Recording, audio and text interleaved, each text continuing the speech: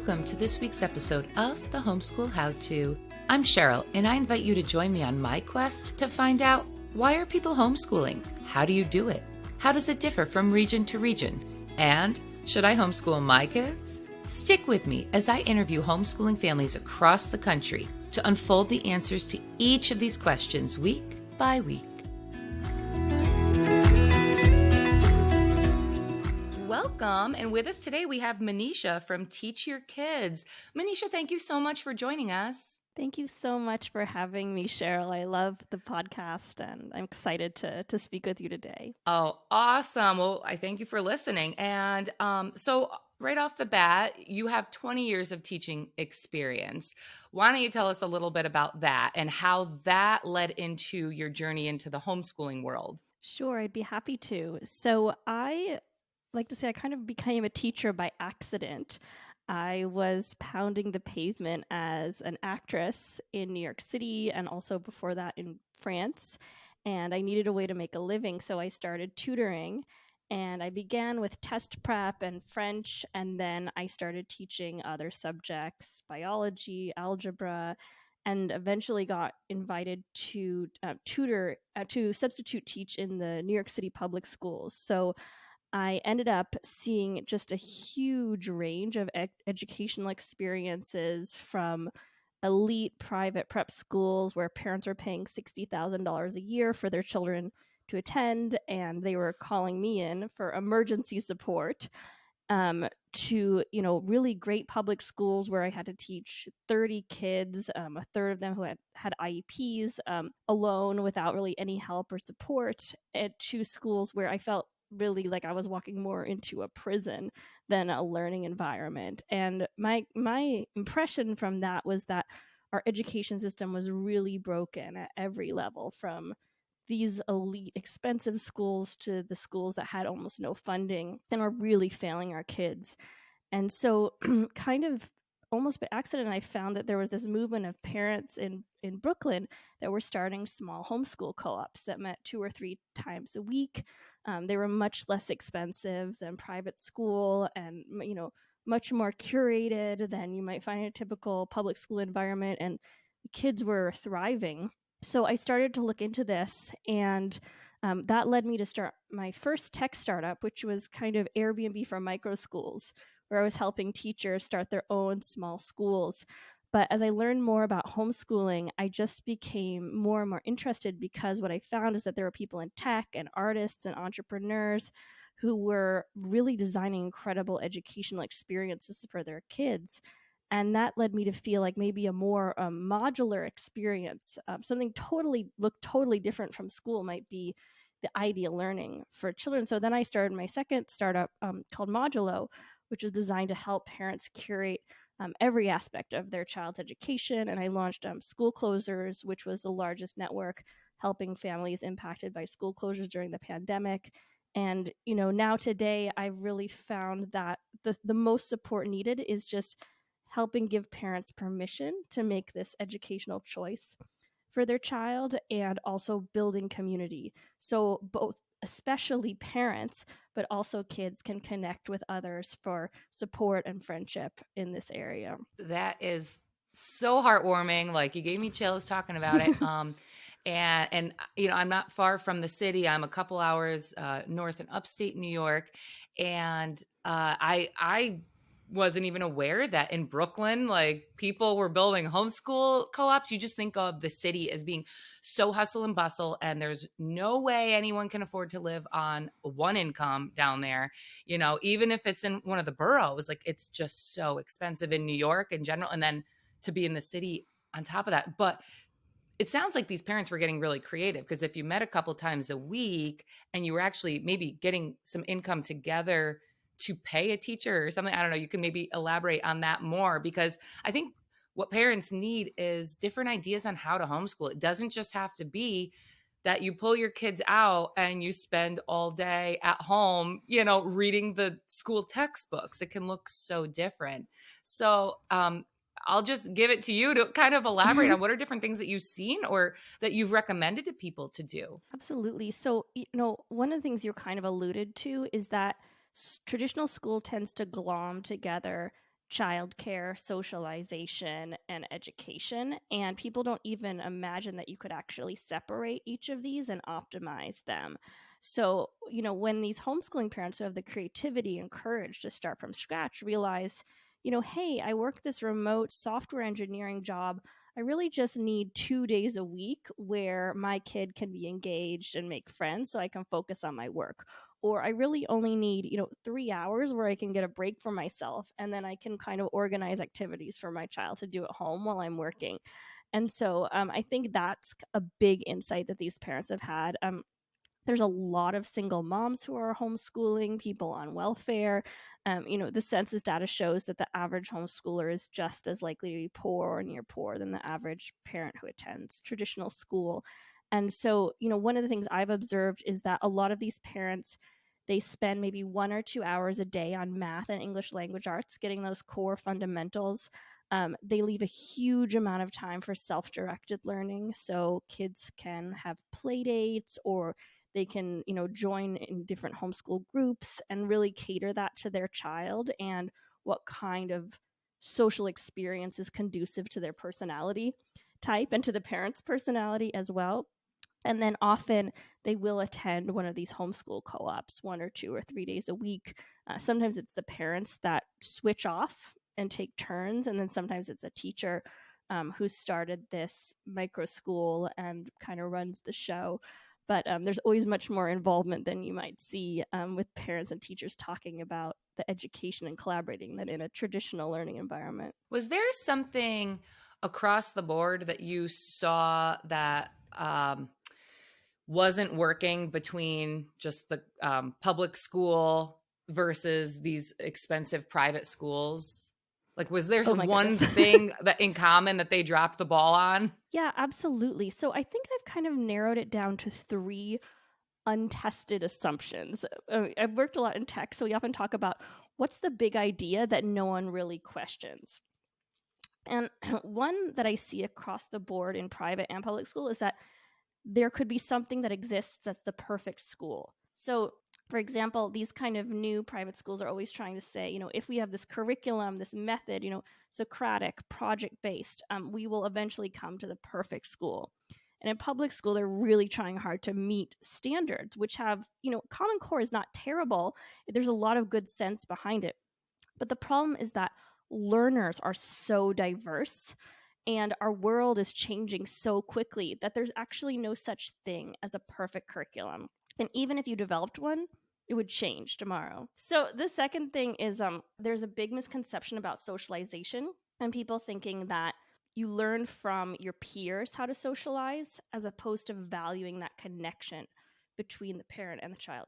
And that's huge. That's one of the parents' main concerns. And that's something I hear all the time is, what about the socialization? And it's so silly, especially in today's day and age. Completely. And there's a great book by Gordon Neufeld and Gabor Mate that's called Hold On to Your Kids. And they talk about how this idea of a peer culture has only emerged since World War II. This idea that kids would learn how to socialize from each other. If you really dig into it, there's not a lot of weight to that idea. People think like, oh, my kid will know how to interact at an office or building a company if they interact with people their own age. Actually, they don't need to learn how to interact with 8-year-olds. They need to learn how to interact with adults. And so it's that healthy attachment between a parent and a child that gives a foundation from which children can make friends and socialize. That's what cultivates a secure attachment, not hanging out with kids your own age. So the family time is really devalued. And I think these are like 2 really huge things that parents look for in schools, like the perfect curriculum and this peer learning that just, don't make a lot of sense ultimately. And then, okay, so that was 2, right? You said yes. that not everybody learns the same, and the socialization. And yeah, and I am thinking of so many things. Even, okay, let's put your kid in a classroom, but we're going to tell them to sit and be quiet. And I remember, I got yelled at all the time by my teachers for talking. So it's this whole idea of send your kids to school to for their socialization skills. All they do is get yelled at when they socialize. So, it's really a ridiculous. And I was thinking about my son. just because the hours, like the 6 hours in the day that he would have been in a classroom, he's at home with me, doesn't mean that for those 6 hours we're alone. I mean, yesterday we went out to lunch with my mom and my sister. We went to a store.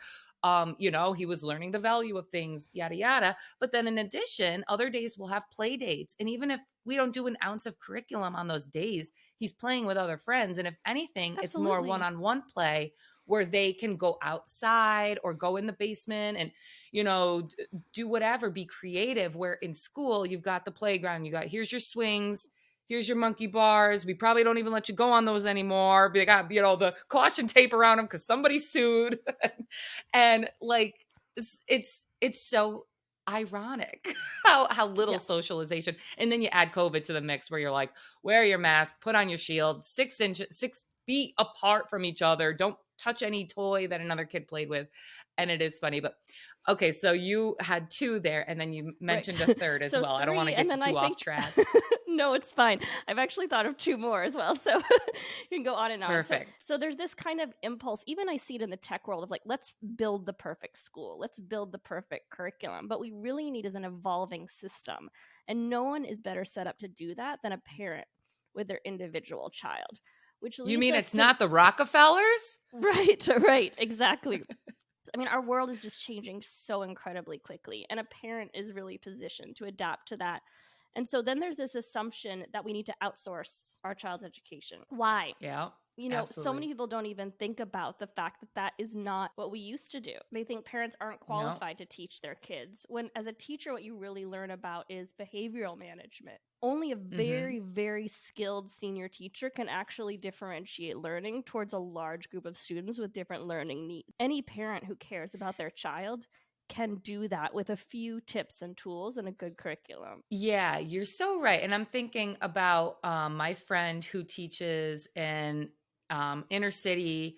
It's a loop, first and second grade, I believe. So she has them for 2 years. And there's like 30 kids. A lot of them are coming in from like the city or other countries.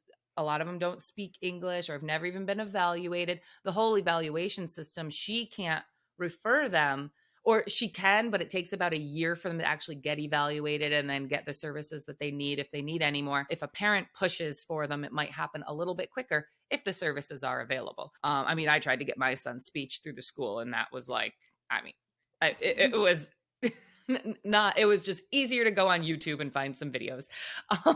So we're she's in a classroom with these 30 kids now, and maybe she did get 6 years of college education to know how to teach. So she might know the perfect way to teach these kids how to read, right?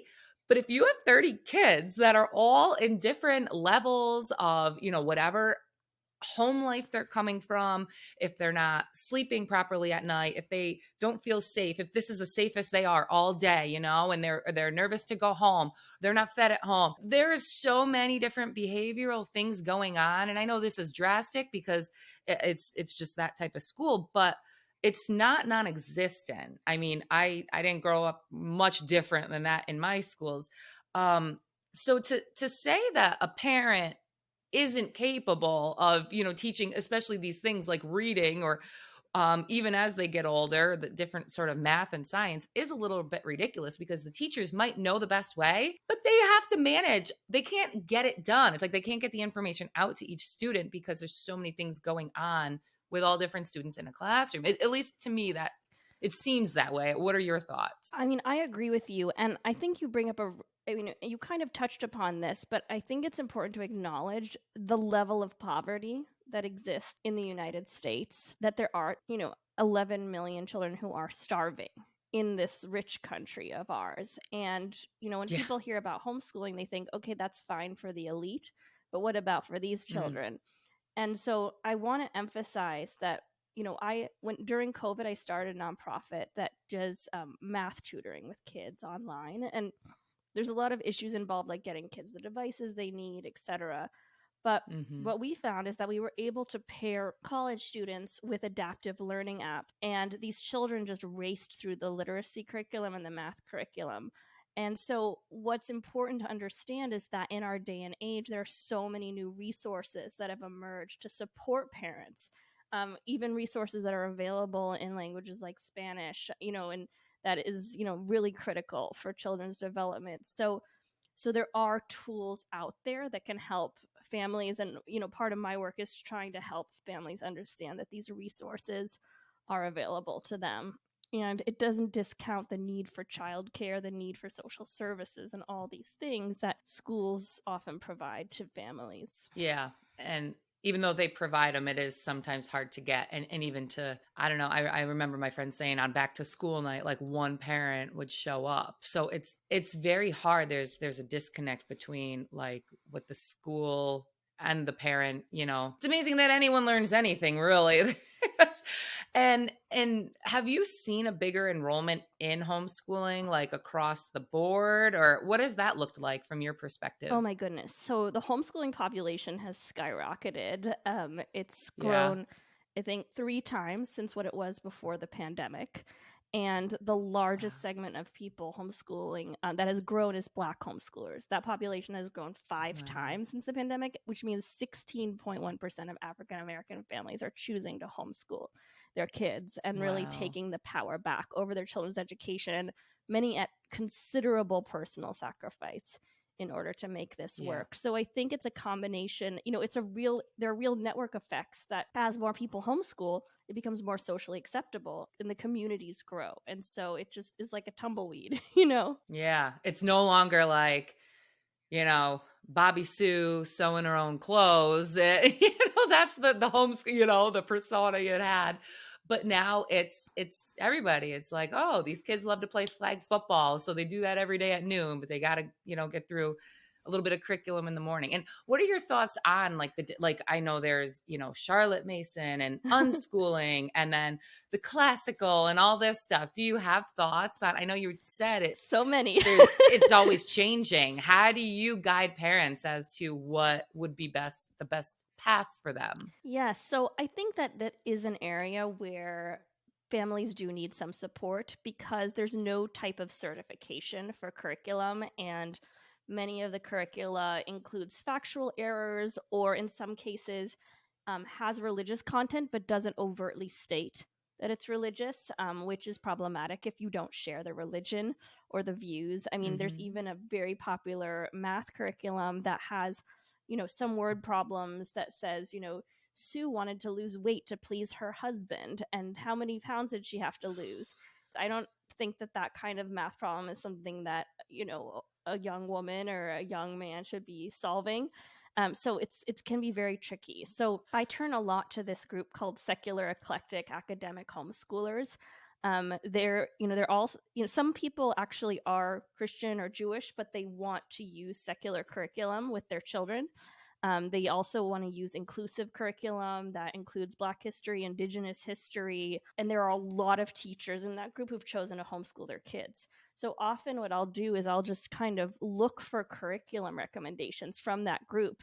And that's where I found out about this math problem because they've literally gone through every single problem. They can tell you if there's math workbooks that have a lot of factual errors. And so during the pandemic, I had lots of conversations with different families, and I identified about 200 different archetypes of children to try to recommend curriculum that would appeal to that individual child. And after doing a lot of these interviews, I started coming up with the same questions and getting the same results. So I'm able to consistently recommend curriculum that a child will love and will be in the family's budget. So I developed a free curriculum planner, and I'm always trying to get new information to put into that. And I'll be happy to share a link with your Awesome. listeners. But I think that is really key. And I just want to return to that point of parents being able to teach their kids, because these amazing curricula that are being developed has really expanded the opportunity for parents to be guides for their children's learning. And any exceptional teacher, if a parent has any doubt about their ability to guide their children's learning, talk to any great teacher in public school or private school, and they will say you are absolutely qualified to teach your kids. Only a mediocre teacher would say that a parent isn't absolutely the best person to help their child with homework are learning, would have that kind of arrogance. A good teacher knows that the parent is the best person to help, for sure. Wow. I think a lot of people needed to hear that. And it's so true. Like, we made it through the system, so you're saying that the system I went through to learn didn't equip me well enough to teach my kid, then why are we putting our kid in the same system, and I'm really big on kind of thinking about, like, well, what are the goals for our children? Like, why even send them at all, right? Like, what are you expecting the school or your home education to do for your child? You have to kind of think about that, and what is needed, what's necessary, and then what are your goals and how do you combine that? And like for myself, my husband and I thought a lot about, okay, well, do we want him to be able to, I kind of want him to be able to know all the jobs that exist, and then like, okay, well, that's the kind They'll of, be these are the completely areas I different in like. 10 years from now. Yeah. Yeah, exactly. Exactly. But to get a basis and,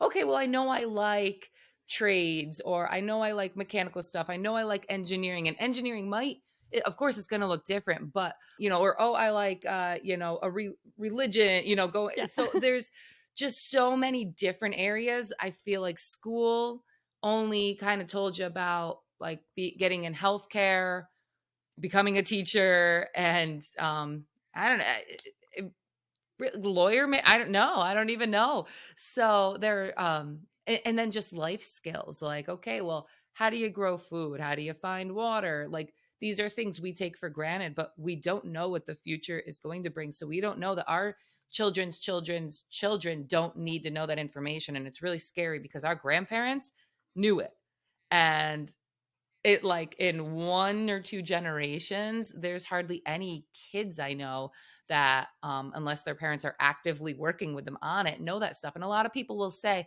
well, that's up to the parents to teach. But tell me, do you have back to school nights where you and the teachers discuss that? Or is that in, like, some sort of pamphlet that the school sends out to all the taxpayers, each year, saying, this is what we'll cover, this is what you cover? And also, when they busy us with being at work for 8 hours a day, plus a commute there and back, and then making sure our kids are in all these different sports, and then making sure, every kid's invited to every birthday party in the classroom on the weekends, and this and that. Where is their time to say, like, this is how we grow a garden, this is how we preserve the food, this is, For sure. so there's so many elements that it makes it so difficult in, like, the education system to get it all in. And I do, again, going back to, I think there's the disconnect between what's the parent's role and what's the teacher's role when you are in the school setting. Yeah, for sure. So there's a lot in there, right? So talking about the parent and the teacher's role, I mean, unfortunately, teachers have and school principals have little to no control over learning Yeah. standards. They just have to pack in a ton of information, and it's really fantastic. And there's no information for parents about what they need to teach outside of school. That is completely up to them. And when are they supposed to teach this? In between, their kids get home exhausted and go to sleep, and then want to break on the weekends, want to break in the summer. No. And that happens at the private schools, that parents try to cram in all this stuff after school, and the kids get so anxious. And so when you're Oh, yeah. homeschooling, I mean, I have kind of a radical viewpoint that you really only need to teach your kids math and literacy and handwriting. That those are the elements that parents really need to take ownership over. It's a matter of safety. If your child doesn't know how to learn, doesn't know math, doesn't know how to read, doesn't know how to write, they don't know how important these tools are. They're going to be at a real disadvantage when they turn 18 and they want to apply for a job. But aside from that, I really encourage parents to leave a ton of space for self-directed education, because children are observing you all the time, and they have a natural intuition about what kind of skills they need to cultivate to develop the type of life that they want. And one thing I sometimes see in homeschooling is that parents can develop almost a type of FOMO about what types of things their kids need to learn. Like, oh my gosh, now I'm responsible. What's the core knowledge they have to learn? What's the biology they have to learn? What's the coding they have to learn? instead of, really giving that empty space to help give the child an opportunity for their own curiosity to awaken and follow in that direction. And also, even for the parent to just follow their own intuitions, like, hey, I think gardening would be a good thing to learn now. And so I really, I see really successful homeschoolers really do focus on that hour of math and English language arts, and they do incredibly well that way. So, touching on what you had mentioned about what they have to know, which, yes, obviously, math, reading, and writing. Um, are there other things, or even the level of math? And I mean, I guess if you know how to read, you know how to read, but expanding your vocabulary is always important too. Are there levels to the math and the reading and handwriting and any other subjects or things that people have to make sure their kids know in order to, say, get accepted into college or be able to apply for a job? Have you seen homeschoolers that do get into college, and is there any sort of extra testing that they need to take? Yeah, so that's a great question. And I would say there are some people who disagree with me and even think like, well, why does my child need to know multiplication? And I think there can be a debate around that. There are certainly children who teach themselves how to read. Others don't. There's a lot of research that shows that children need explicit instruction in reading.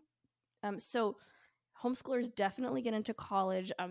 MIT, for example, loves homeschoolers. They tend to be very autonomous, have their own interests. You have a lot of time to prepare for things like AP exams. So those types of tests can be really good if you're a homeschooler, just to show like, hey, I got a 5 on 8 AP exams. Obviously, even though I was homeschooled, I know stuff. So I definitely encourage parents to do that. You can obviously develop a portfolio. Most homeschoolers take the GED for their high school diploma. But yeah, there's just so much. If you look at, Stanford has a whole page about how much they like homeschoolers, especially the elite universities are just like growing more and more fond of homeschoolers.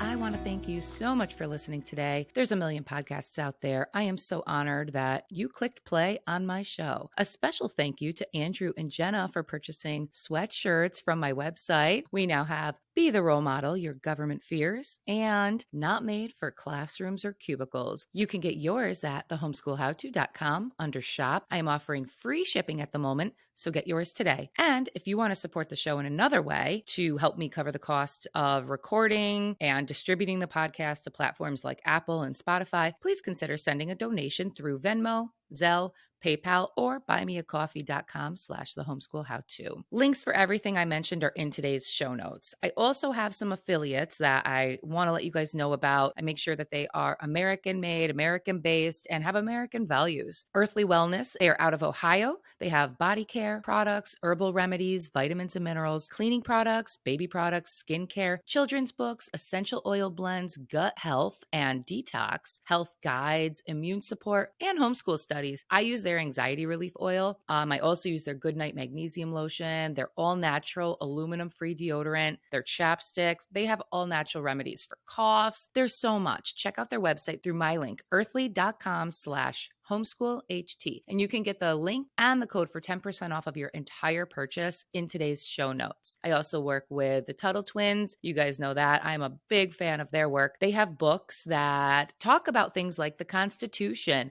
how capitalism works, like how actually like running a business and the difference between supply and demand and prices versus quality. I love reading these books to my son. I've been reading them to him for over a year. He's 5 years old right now, and he enjoys them. He enjoys the pictures. The message is put in such a way that it's easy for them to understand, and it's easy for adults to understand. Let's face it, a lot of us didn't learn this stuff either. I'm learning right along with him, and I love the conversations that it provokes between us. There's discussion questions in the back of the book. It's really fun to read these books over and over again. If you'd like 40% off for the entire series of ages 5 through 11 books, again, head to today's show notes. You can head right on over to thehomeschoolhowto.com, and under listener discounts, Discounts, find the Tuttle Twins, and all the information is right there, along with all of my other affiliates. Raise Them Well is another company I've been working with. Again, American-based. My son uses their vitamins. I really love that it is a chewable vitamin versus a gummy. The gummies get stuck in their teeth and cause cavities. I haven't been able to find other chewables except Flintstones. And let's face it, it's probably not great if it's coming off of the shelf at Walmart. Head on over to my website and grab the Raise Them Well link under my listener discounts page. Treehouse Schoolhouse is also another amazing company that I'm an affiliate with.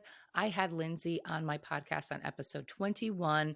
She talks about how she was homeschooling even before she had kids. Along the way and through homeschooling her own children, she has developed different curriculums. I just did the Connected Christmas and I loved it. I did it with my 5-year-old son. Lindsay also has a whole line of nature studies that I'm looking forward to doing this springtime. You can go on the homeschoolhowto.com under listener discounts and find a discount code there. My Homeschool Village is another great company. Becky, who was on episode 13, started homeschooling 20 years ago, and she has created an entire village of homeschoolers for the mom or dad who just doesn't know where to start. I would send you here. My Homeschool Village is a comprehensive, all-inclusive, everything you need to know, and provides the community for you so that you can ask questions and get feedback and get advice. Head on over to her link through my website as well. And if you're not able to support the show through a donation or merchandise or an affiliate, if you could write us a review,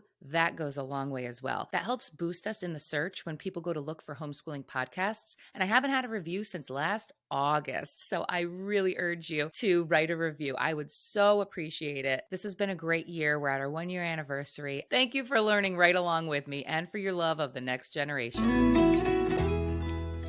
And, there's been some research that, the average student in public school, there is just no growth between grades 9 through 12th. So in many ways, Interesting. These homeschoolers, are at a real advantage for preparing for college or career or whatever they want to do. And we're seeing more and more opportunities for micro-credentialing as well. So I think parents can inform their kids about these opportunities. They can talk to them about their own job, about their own college experience, and then, they really have a lot of time and space to prepare a good portfolio and application. Okay. So you had mentioned these AP exams. Are there across the United States? Are there certain ones? I know you had mentioned before, like the No Child Left Behind. Oh, Common Core. Is Common Core just a New York thing, or is that countrywide? Yeah, so Common Core is national. I think California recently changed its standards. Each state has different standards, and sometimes the homeschool curriculum is actually aligned with those state standards. So that can be helpful. Okay. Or, they might require you to follow the state standards, but it's pretty easy to get up to speed. And again, there are tests like the MAP growth tests or Moby Max that can help parents see where they are. And then the AP exams is just these exams that actually normally high schoolers take to get extra college credit. And there's just tons of different subjects that they can take. Okay. So you don't have to take them, but you can take them, Exactly. especially if you wanted to maybe start getting college credits in high school, because I know that you save money by doing that. Oh, that's interesting. So tell me a little bit about the work that you do and kind of what you've put together with Teach Your Kids. Yeah. And even how I mean, how did you go from getting into acting? I don't know. Like, have you ever gone back That's to the the acting? $1,000,000 question, right? Or is acting just a it's the dream is dead, or do you think you'll get back there someday? Well, I'm very passionate about it, and I think my training in acting helped me in two aspects of what I do today. It helps me understand different people and how to relate to them and have compassion for their experiences. So I feel very at ease speaking to parents or teachers or investors or children. And I think being able to talk to these different stakeholders is very important. And the reason I transitioned out of acting is because I didn't feel that the theater and or the film in its form today was really a medium that could allow me to have the impact I wanted to in the world. I mean, the more I saw the suffering in the education system, the more I wanted to do something about it. So now I just feel like I have much more power. I write a blog about education. It's published once a week. We cover top curriculum, which types of curriculum work better for different kids. We have an online Facebook and WhatsApp group where parents can connect, ask questions, have online play dates. And then there's the curriculum planner, which parents, very easy. It takes like 3 minutes and parents can use it to connect with the right curriculum for their child. So I feel like I'm influencing people in immediately in a much bigger way than I could when I was, auditioning at walls in New York City. Yeah. Oh, that's awesome. So where can people find you if they want to take advantage of some of these things that you're offering? Absolutely. So I have a website, teachyourkidspod.com, and parents can go there. They can subscribe to the blog or join our online community. There's just tons of articles about every single question you could ever imagine. And when you join, if you just want to say, write me an email, you can reply to the kind of confirmation message and ask your question. Also, I'm really committed to equity. So if there's anyone who feels like I can't afford $10 a month to be part of the community, all you have to do is just shoot me a message and tell me that. And I will just trust that when you do have more resources, which you will, then you can become a paying member and help someone else. Awesome. Well, I'll make sure that all of those links are in the show's description. And as we kind of, fold up the episode here, is there anything else, like any recommendations that you'd want to tell parents or any kind of like last thoughts for us? Yeah, for sure. So I definitely would recommend that families check out my blog to curriculum, especially if you're an ongoing homeschooler and you're looking for more resources. And then the other point I'd like to bring up is that sometimes families don't want to homeschool because they feel like they just need a break during the day. I just need a break. And I would really encourage those parents to think about how much a break school is really giving you.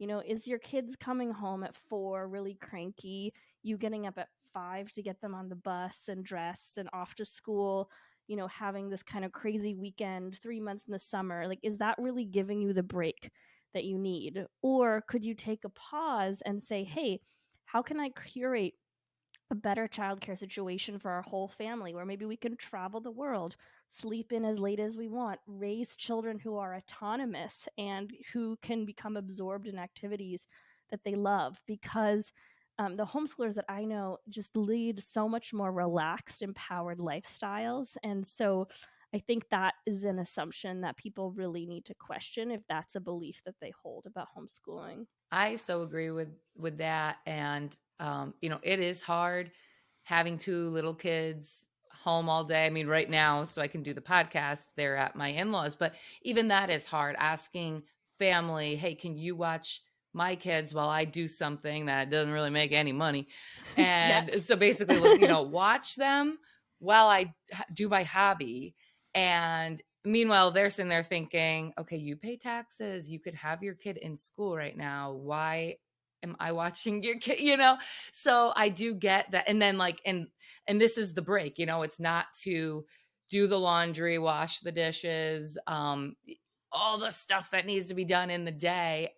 But there are just like this morning when I'm feeding the kids breakfast and the baby, she's a year and a half, and she just starts, covering her eyes and going boo to her brother, and he's laughing at her. And like the bond that they're making and what I get to see, like normally I would be in a cubicle. I've spent 16 years in a cubicle working for the agencies that you're talking about right now with, welfare and all that stuff.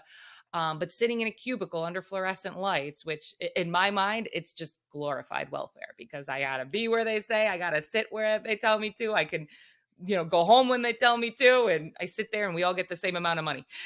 It's like, that's what I would normally be doing. So it feels so crazy to say, I'm going to walk away from that and be around these humans that I created. But then when you like watch them laughing at each other, or these moments that I would be missing of her, like closing her eyes and then opening them up and going boo and thinking that's like funny. I mean, those are smiles you're not getting in your day when you're off at a job that you don't like. Now, Absolutely. if you like your job, maybe that's something different, but it's, for me, I'm just like, wow, I would be missing all this right now. So no amount of money in the world really is worth that, because the time is so small that we like have them, and get to form these bonds. For my son, he did go to daycare and I missed a lot. And I only see it now that my daughter's home, like what I missed with him. And it does get me like, but you can't change it. And it gives me an interesting perspective. So I totally agree with that, to the parents that feel like, oh my gosh, I need a break. There will be time, because they will get older and more self-sufficient, and you will have the breaks. Absolutely. And then you're going to have too much of a break, because they're just going to be off and gone. Yeah. I mean, I think you bring up such a good point that you've made sacrifices, but the rewards are so huge. And I think you did something really smart, which is to take this time for your hobby, to insist that your in-laws watch your children, which I'm sure that they love. And multi-generational, parenting is so critical. But I think a lot of homeschooling parents don't take that break. And I say to everybody, you need 3 hours to yourself once a week. Otherwise, you can't recharge and give that energy to your children. And especially, if you're an introvert, you might need even more time to yourself. It's vital. It's not wrong to ask for it. And it's important for your kids if you can't motivate yourself for yourself.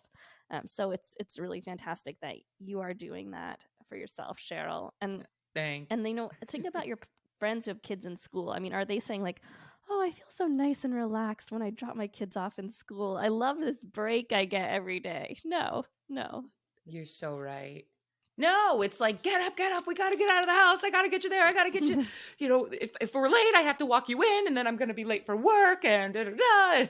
It's like just chaos. It's just mass chaos. And I've never met anyone more stressed than a stay-at-home parent who has 2 kids in private school. It's just constant effort. Really? Now, why is that?